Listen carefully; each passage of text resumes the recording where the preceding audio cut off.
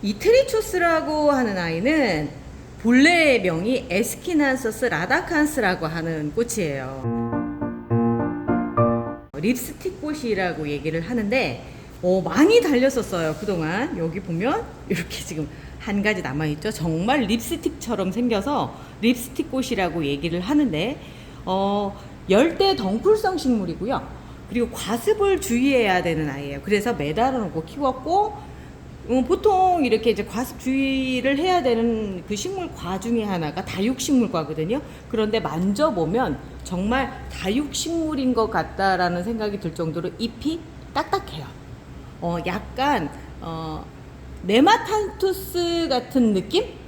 그런 느낌의 식물이고요. 연중 개화를 한다라고 하는데 지금 여기 펴 있죠. 정말 그런 것 같아요. 조금씩 폈다가 또 어느 날은 확 폈다가 이런 식으로 해서 양이 조절이 이제 되는. 그러니까 연중 개화되는 식물들의 또 특징이 뭐냐면 열대지방 아이들이더라고요. 말레이반도 이쪽에서 왔다고 하니까 그런 식물이 맞는데, 그렇다면 또 이제 겨울이 이 아이한테는 가장 어려운 시기가 되겠죠. 대신에 따뜻한 곳에 있으면 될 것 같고요. 이 식물의 또 특징이 하나가 뭐냐면 직사광선은 안 돼요.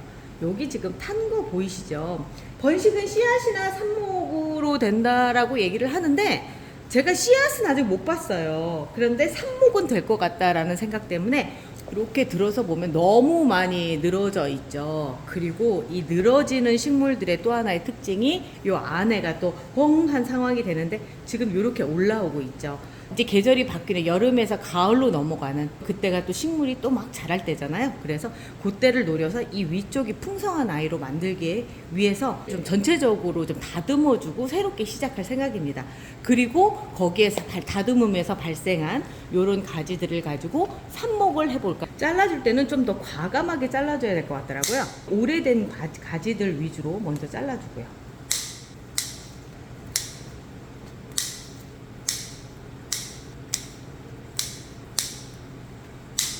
어느 부분에서 잘라주면 가장 예쁜 형태가 나올 수 있을 것인지 궁금하실 거예요.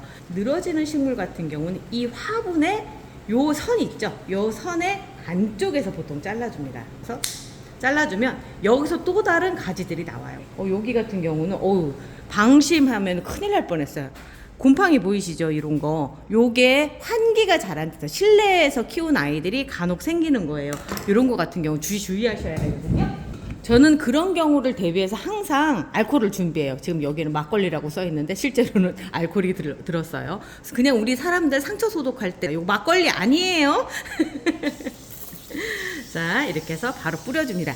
그 소독용 에탄올이기 때문에 식물에 문제가 안 돼요. 저는 이걸로 해서 물음병도 잡고 하는 거 저 오랫동안 구독하셨던 분들은 다 아실 거예요. 식물 키울 때 이게 사실은 가위질을 잘해야 되거든요. 무슨 얘기냐면 정말 예쁘게 자르는 게 아니라 자주 잘라주시고 과감하게 잘라주셔야 된다는 얘기예요. 이거 팔다리 자르는 거 아니에요. 아이들 머리카락 잘라주는 거라고 생각하시면 됩니다. 너무 많이 자른 것 같은 그런 느낌도 들어요.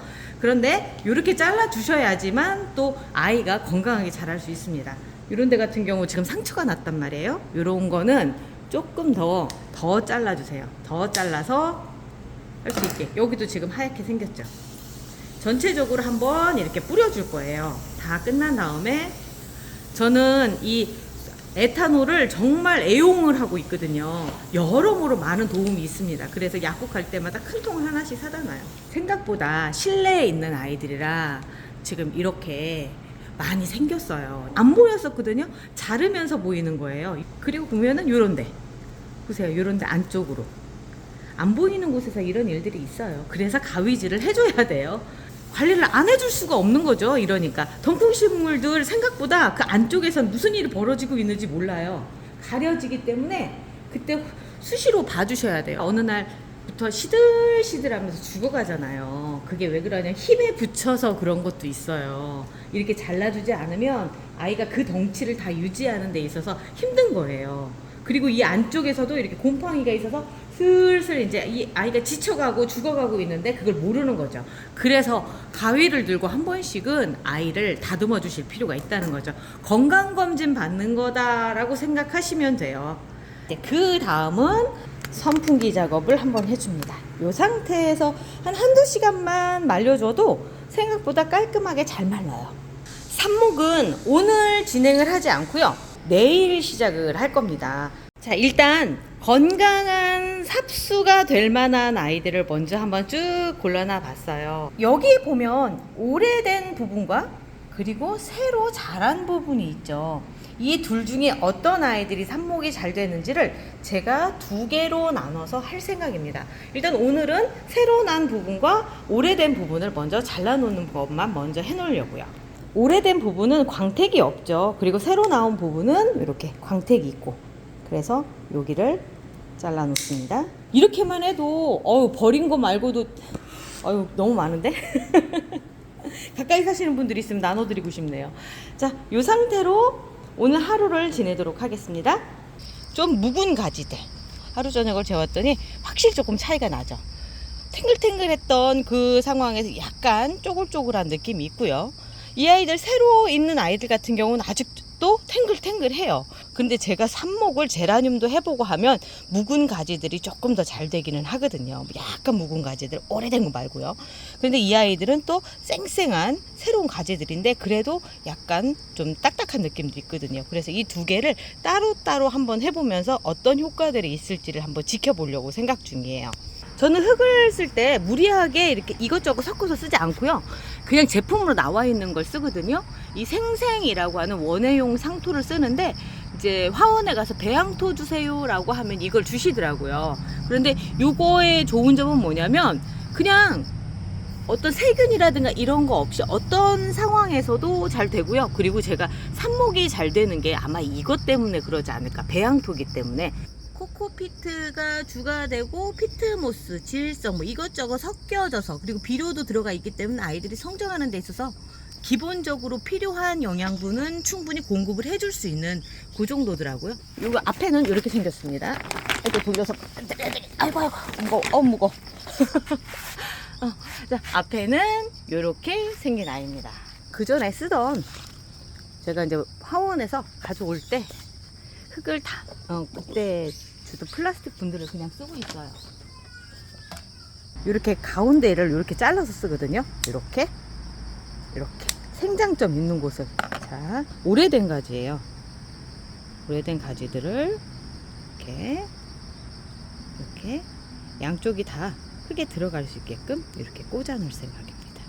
보통 생장점이 보면 여기 안에 있더라고요. 요 안에 있어서 거기서 나오는 방식이거든요. 이제 또 하나는 요 밑에 부분이 여기에서 뿌리가 나오거든요. 그리고 요렇게 꽂아 놓는 것도 하나를 해보려고요. 자,